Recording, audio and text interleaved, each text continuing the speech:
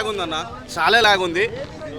Log ఉండడం వల్ల సగం మంది సినిమా థియేటర్ కానీ వెళ్ళిపోతే మీ వరస్ట్ మూవీ అన్న, వరస్ట్ మూవీ చూసినట్టు ఉంటుంది, వరస్ట్ ఫీలింగ్ కూడా ఉంటుంది. సెకండ్ హాఫ్ ఉంటుంది చూడన్న, అల్టిమేట్ అంటే అల్టిమేట్. ఇట్లా లాస్ట్ హాఫ్ అన్ అవర్ ఇంకా సస్పెన్స్ అని చాలా బాగుంటుంది అన్న. విరూపాక్ష ఏమ్రా బాబు, సేమ్ విరూపాక్ష టైప్ ఉందని అనిపించుకొని, చాలా హర్రర్ సేమ్ అలానే అనిపించుకొని, బట్ లేటర్ చూస్తే ఒక డిఫరెంట్ మూవీ. చాలా బాగుంది సినిమా. ఇంకా సెకండ్ పార్ట్ గురించి కూడా వెయిట్ చేస్తున్నా.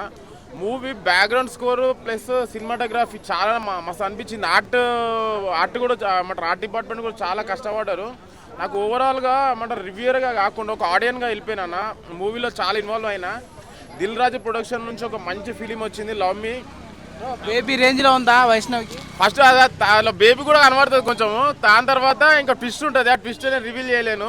మూవీ మాత్రం ఎక్సలెంట్ ఉంది. ఈ వీకెండ్ బ్లాక్ బస్టర్ ఇటు కొట్టేసిండు మన దిల్ రాజు ప్రొడక్షన్ వాళ్ళు.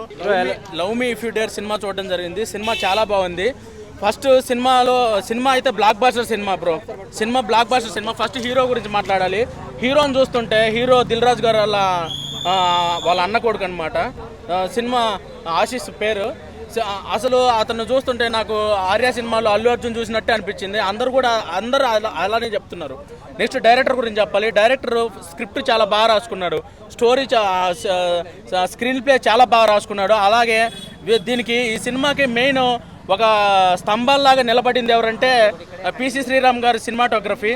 Love Me If You Dare cinema మాత్రం పీక్స్ అని చెప్పుకోవచ్చనా.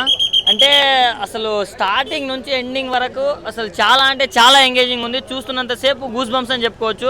పర్ఫార్మెన్స్ వైజ్గా చెప్పుకుంటే మన ఆశీష్ అన్న అసలు రౌడీ బాయ్స్లో ఎలాంటి పర్ఫార్మెన్స్ ఇచ్చాడో దానికి డబుల్ ఇచ్చాడన్న దీంట్లో.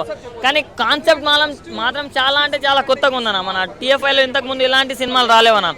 అంటే ఒక అమ్మాయిని లవ్ చేయొచ్చు, ఒక ఆంటీని లవ్ చేయొచ్చు, ఎవరినైనా లవ్ చేయొచ్చు అన్న. కానీ దయ్యాన్ని లవ్ చేయడం ఏంటన్నా, అది మాత్రం చాలా కొత్తగా అనిపించింది.